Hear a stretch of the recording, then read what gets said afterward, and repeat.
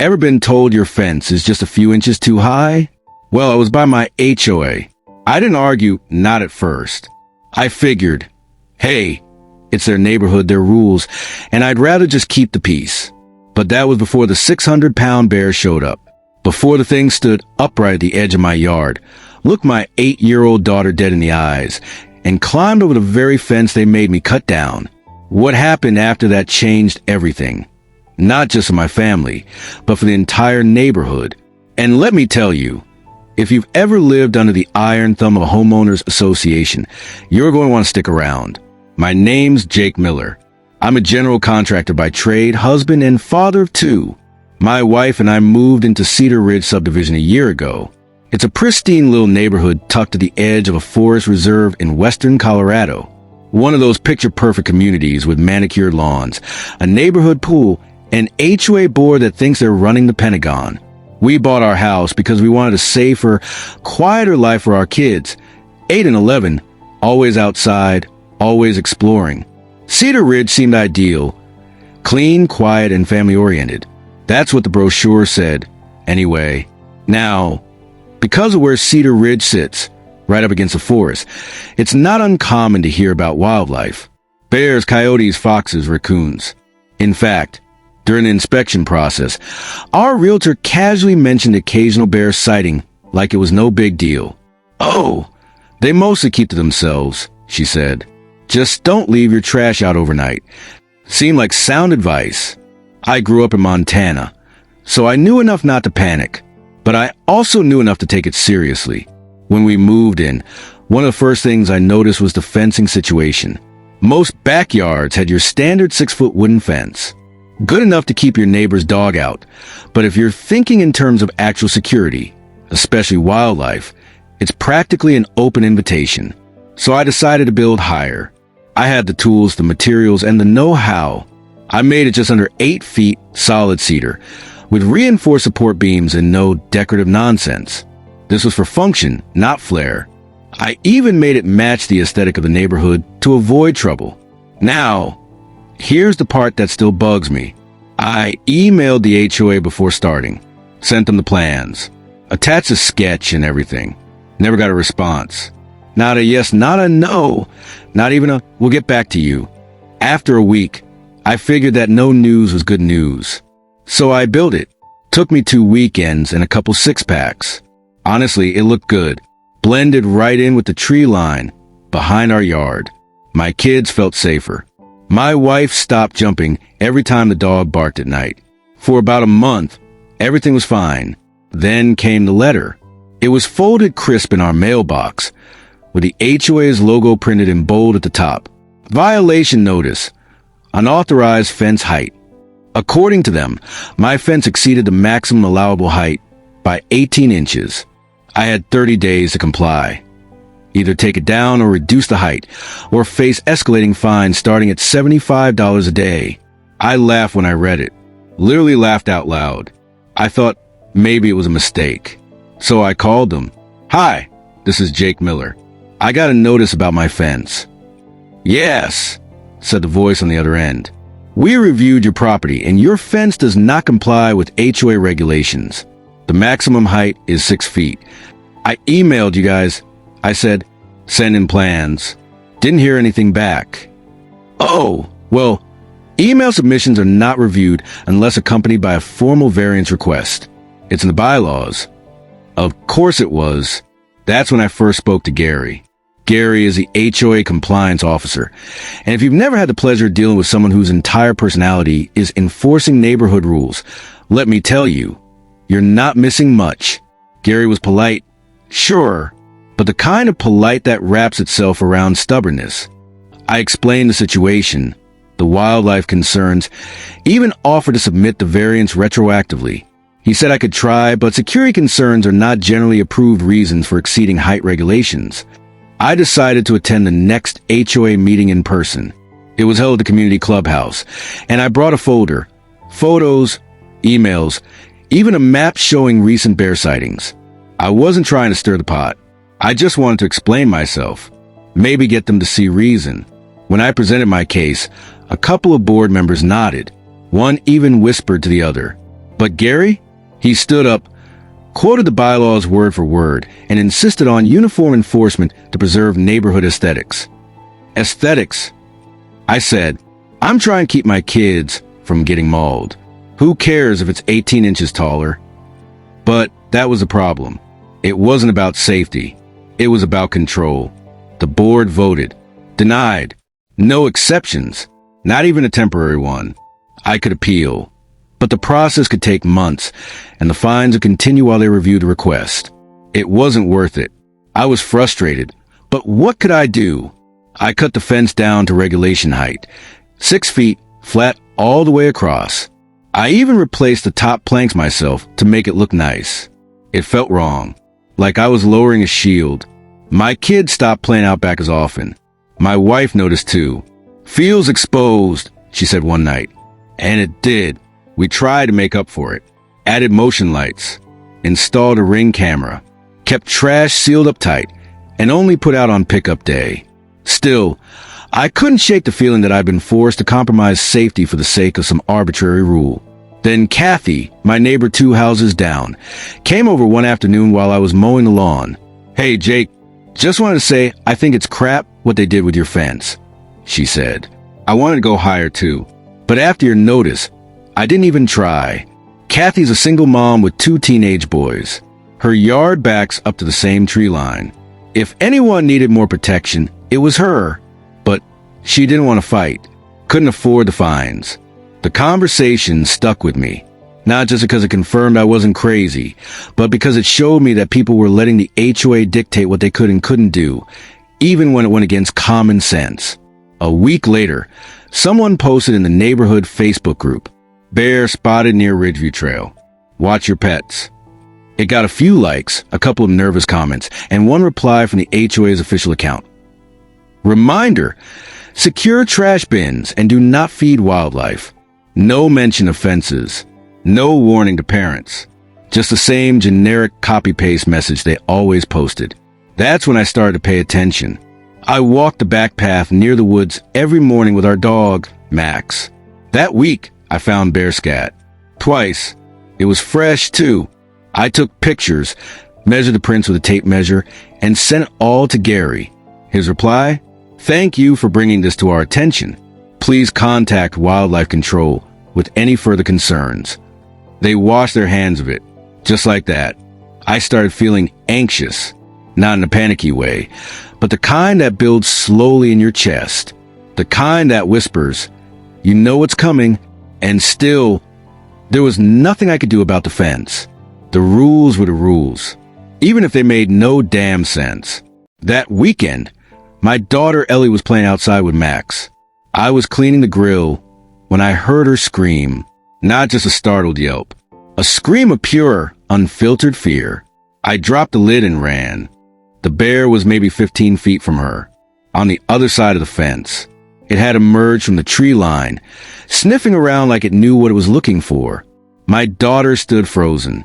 Max barked wildly, but kept his distance. The bear took a step closer, then another, then it stood up. I'll never forget how tall it looked. Over 7 feet. Maybe 8. Taller than the fence. Taller than my original fence. It sniffed the air, looked right at her, and I swear, in that moment, the only thing between my kid and a full-grown predator was luck and a few inches of wood. I grabbed the air horn from the patio and blasted it. The bear turned, startled, then dropped to all fours and ran back into the trees. But it was close. Too close. That night, my wife and I didn't sleep. I reviewed the camera footage over and over. Sent it to the HOA with the subject line, "Still think this is about aesthetics?" They never replied. And I knew, right then, that this was far from over. The morning after the bear encounter, I woke up feeling like the ground beneath our family had shifted. I wasn't just worried anymore. I was angry. I was angry that I'd been put in the position of choosing between fines and my children's safety. I was angry that my wife couldn't sleep, that my daughter had started asking if the bear was going to come back, that we all had pretend everything was fine because our neighborhood wanted to look like something out of a magazine. I went out back early that morning, steaming cup of coffee in hand, and stood there staring at the 6-foot fence. It looked flimsy now, a barrier in appearance only. I kept thinking about how easily the bear had looked over it, like it wasn't even there. The yard was still a mess. Broken flower pots, torn grill cover, muddy paw prints along the shed. The air horn had scared off, but it had stuck around long enough to do some damage. And more than that, it had proven exactly what I'd been saying all along. 6 feet was enough. I sent the footage to the HOA again, this time copying every board member on the email. No response. Not even an automated, "We've received your message." That silence said everything I needed to hear. They didn't want to deal with it. If they acknowledged the footage, they'd have to admit they were wrong. And people like Gary, people who enforce rules like scripture, don't handle being wrong very well. That day, I made a copy of the footage and posted it to the neighborhood Facebook group. I didn't even add commentary, just a caption. "This is what came over the 6-foot fence behind our yard last night. HOA told me my taller fence was a violation. Still think safety is less important than uniformity?" Within an hour, it had over 50 comments. Neighbors who barely said hello in the past were suddenly messaging me privately, sharing their own stories. Had a coyote come right up to our porch last year. I wanted to put a metal fence up, but they shot that down too. Gary rejected my camera post for being visually disruptive, LOL. It was like opening the floodgates. People weren't just annoyed, they were afraid. And they were tired of pretending like everything was okay just to keep the neighborhood looking cohesive. More than a few parents said they were reconsidering letting their kids play outside. I decided I wasn't going to sit quietly anymore. I called the county wildlife office and asked if someone could come do a site inspection. I figured if I could get some kind of official recommendation, the HOA would have no choice but to take it seriously. The woman on the phone was polite, but honest. "We're aware that there's a lot of bear activity in your area, but unless the animal is acting aggressively or becomes a repeat offender, we can't intervene. It's their habitat too." I paused. Even if it came over a fence and into a backyard, if it didn't harm anyone or damage public property, it's considered an encounter, not an incident. I'd suggest reinforcing your yard and keeping food sources out of reach. I almost laughed. Reinforce the yard? That's what I tried to do in the first place. That night, I went through my email archive and pulled up everything I'd sent to the HOA. The original fence plans, the follow-up emails, the denial letter, and now the video evidence of the bear. I printed them out, highlighted the key lines, and assembled a binder. It felt like I was preparing for court. In a way, I was. A few days later, the bear came back. It was about 2 in the morning. The security light snapped on, and my phone buzzed with motion alert. I checked the app, and there it was, lurking around the side of the yard, sniffing near the trash bins, even though they were locked tight. I watched it on the screen, heart pounding, as it prowled the edge of the yard, like it owned the place. And then it climbed. It didn't leap, didn't struggle. It climbed the 6-foot fence like it was a stepping stone. I watched, stunned, as its front paws landed on the top edge, and then it pulled itself over and dropped silently into our yard like a predator on the hunt. It walked around slowly, sniffing at the grill, pawing at the shed again. Then it stood on its hind legs, inspecting the patio table. My phone slipped out of my hand and hit the floor. I woke my wife up, and we both watched the live feed in silent horror. The dog barked once, low and cautious. I grabbed the air horn again, but by the time I made outside, the bear had climbed back over the fence and vanished into the dark. This time it had stayed longer. It had tested its territory. That morning, I posted the new footage online. The video was clearer, more dramatic. This wasn't a bear near the yard. This was a bear in the yard, examining the shed like it was casing the place. And this time, the reaction was immediate. People were tagging their friends, asking the HOA for comment, demanding a community meeting. Even the local news station sent me a message asking if they could use the footage in a story. That's when the HOA finally responded. But not to me. They posted a generic message in the Facebook group. "We are aware of increased wildlife activity in the area and are working with local authorities to ensure community safety. Please continue to secure trash and avoid feeding animals. Thank you for your cooperation." No mention of fences. No mention of me. I'd had enough. I started walking door to door, talking to neighbors. People I barely knew welcomed me in, shared their own complaints, their own frustration with the HOA. Turns out Kathy wasn't the only one afraid to speak up. More than a dozen families had submitted minor modification requests over the past year. Security cameras, brighter porch lights, taller fences, and all of them had been denied. Some had even been fined for trying to protect their homes. It was a pattern, not enforcement. Suppression. One of the neighbors, Luis, had military experience.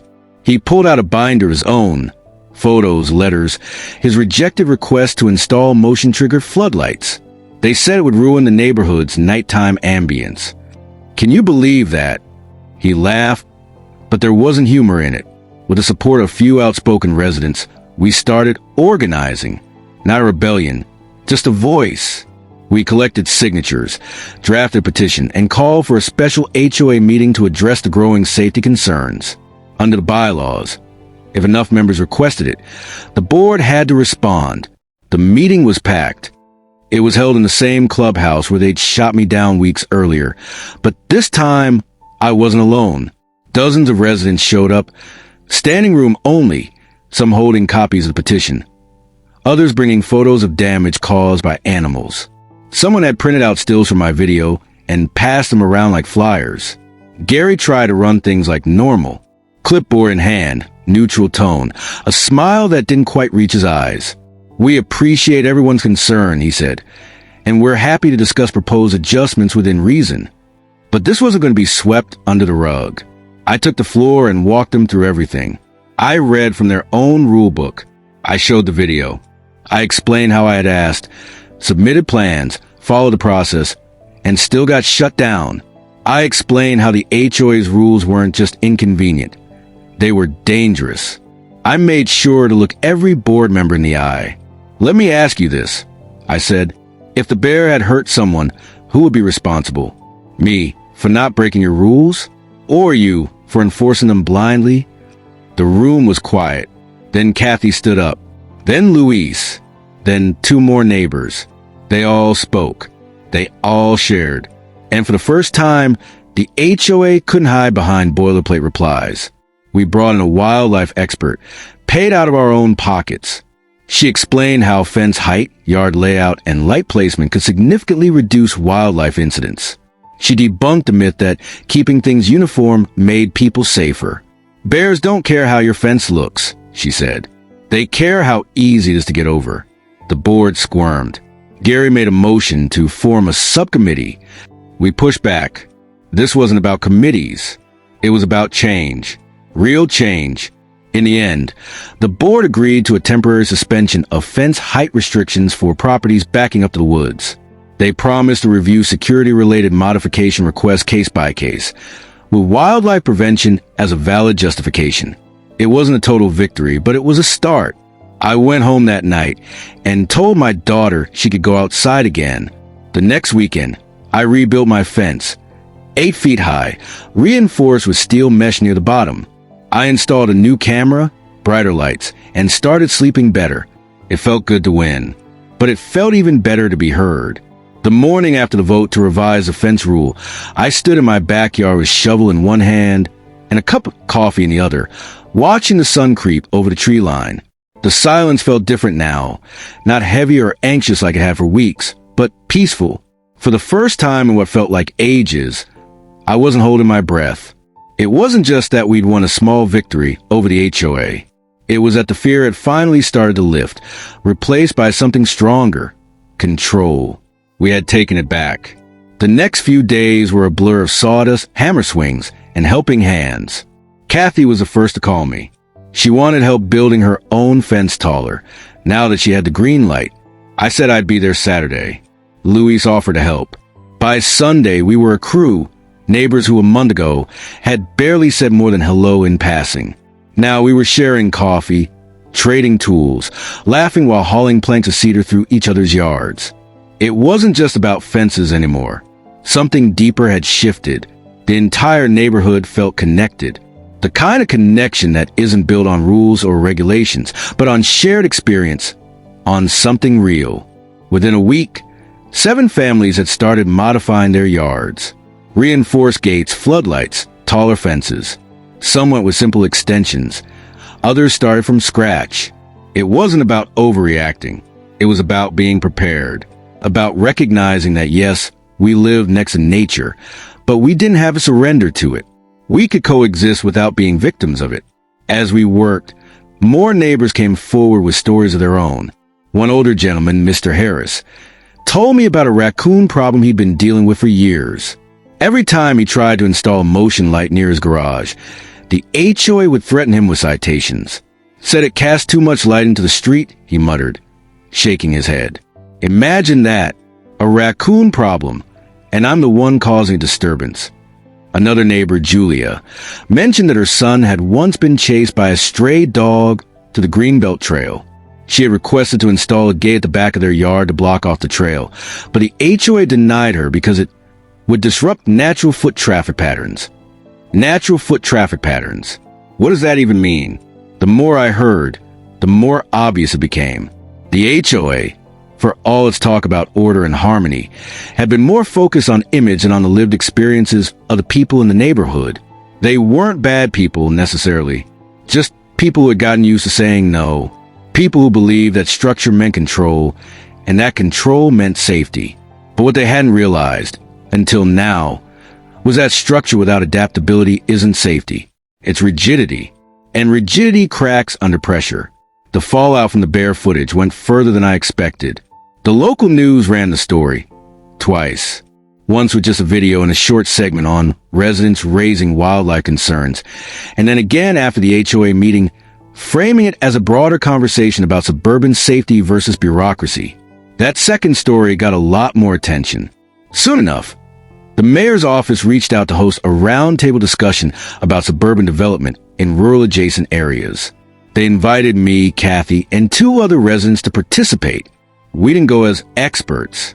We went as people who had been ignored, who had taken matters into their own hands when those in charge didn't listen. The mayor asked thoughtful questions. A state wildlife officer shared data about increased animal activity due to construction encroaching on wilderness. It wasn't a resolution, but it was a start. And the city agreed to explore funding for more robust education on coexisting with wildlife. Meanwhile, the HOA board was feeling the heat. Gary, who had once been so confident in his power, barely showed his face anymore. At the next official board meeting, he wasn't present. Word spread that he had resigned, citing health reasons. But everyone knew the truth. He'd been voted out internally after the backlash. A new interim board was appointed, and for the first time, it included residents like Kathy and Luis, people who had lived through the problem, not just talk about enforcing solutions. The first thing they did was draft a new clause in the bylaws allowing reasonable security upgrades to be made by homeowners in high-risk areas, with expedited approval. It didn't solve everything, but it gave people room to act, to be responsible, and that made all the difference. I took my daughter Ellie back outside the following weekend. We played catch in the backyard like we used to. She laughed, really laughed, like she'd finally let go of the fear. I caught her glancing at the new fence, tracing her hand along the reinforced wood. "It feels stronger," she said. I told her it was. She didn't ask about the bear. She didn't have to. That chapter had closed. But even as peace returned to our backyard, I couldn't stop thinking about the deeper issue, the reason this had all spiraled out of control. It wasn't about a bear. Not really. The bear was just a spark. The real issue was the system. A system where rules were treated like gospel, where those in charge forgot that their job wasn't to enforce the sake of it. It was to serve the community, to adapt, to listen. The lesson was simple. If you put more energy into controlling people than protecting them, eventually those people are going to push back. Because safety isn't about control. It's about common sense. About having the courage to stand up and say, "This rule doesn't make sense anymore. We need to change it." That's what I did. That's what my neighbors did. And that's what made the difference. Weeks passed, then a month, then 2. No more bear sightings. No more encounters. The upgraded fences, combined with the wildlife-safe measures we all implemented, made the area less attractive to animals. Word got around. The problem didn't disappear, but it changed, became manageable. I started getting emails from people in nearby communities. Some wanted advice, others wanted a vent. A few were dealing with the exact same issue. Strict HOAs denying practical upgrades. One guy in Oregon sent me a photo of a letter he got for installing a fence topper with spikes. Violation of community standards, it read, creates an unwelcoming aesthetic. He included a note that said, "Unwelcoming to what? The mountain lion that walked past my kid's sandbox last week." I told him to fight it, told him our story, encouraged him to organize. I didn't think of myself as an activist. I still don't. I'm just a dad who wants to keep his kids safe. But sometimes that's all it takes. Someone to say, enough. A few months later, the new HOA board hosted a barbecue in the community park. Just something casual. Food, music, space for kids to run around. No rules about what colors the picnic blankets had to be. No passive-aggressive signs about approved snack options. Just neighbors talking and laughing. During the event, one of the newer board members pulled me aside. She was holding a clipboard, smiling a little awkwardly. "We're doing a neighborhood survey," she said, trying to gather real feedback this time. You know, from actual people. I laughed and took the pen. The questions were simple. What improvements would you like to see? What concerns do you have? Any ideas for future projects? At the bottom, in tiny print, was a final question. Do you feel like your voice matters in this community? I checked yes, and I meant it. Later that night, I posted one last update to the Facebook group. A photo of my backyard, fence in the background, lights on, my daughter played with the dog while the sun set behind her. No filter, no caption, just the image. The comments poured in. That's what it should be about. Glad you stood your ground. Safe and beautiful. Who knew you could have both? And then one comment caught my eye. It was from someone I didn't recognize. Maybe a friend of a neighbor. It simply said, "So what's next? What happens when rules forget the people they're meant to protect?" It hit me hard. Because that was the question, wasn't it? So let me ask you now. What would you do if your safety clashed with your neighborhood's rules? Would you speak up? Would you challenge them? Or would you fold and hope nothing bad happens? Your answer might not seem important now. But trust me, when it's your backyard, your family, your peace at stake, you'll wish you had won. Subscribe for more stories like this. Because this was just one fence. Next time, it might be something bigger.